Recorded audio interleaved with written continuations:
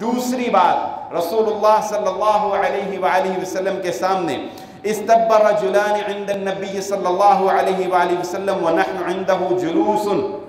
सहाबी कहते हैं अल्लाह के नबी सल्लल्लाहु अलैहि वसल्लम तशरीफ़ फरमा हैं, दो आदमी नबी सल्लल्लाहु अलैहि वसल्लम के सामने एक दूसरे से बहस व तकरार करने लग गए। बहस होती होती इतनी बढ़ गई यसुब्बु साहिबहु कि उनमें से एक ने दूसरे को गाली दे दी। गुस्से से उनके रंग तब्दील होने लग गए, चेहरा सुर्ख हो गया।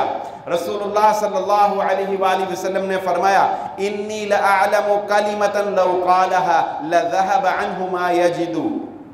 अल्लाह के नबी सल्लल्लाहु अलैहि वसल्लम फरमाते हैं, मैं एक ऐसा कलिमा जानता हूँ अगर ये दोनों पढ़ लें अल्लाह रब्बुल इज़्ज़त इनके गुस्से को ख़त्म फरमा देंगे।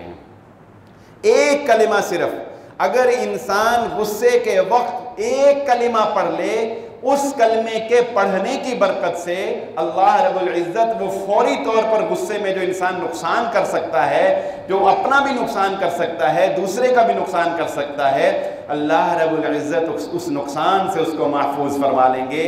और सामीन इकराम, मुअज़्ज़ज़ मेरे भाइयों, वो जुमला ऐसा है जो मैं ये कहता हूँ एक 3 साल की बच्ची, एक 3 साल का बच्चा भी वो जुमला याद कर सकता है।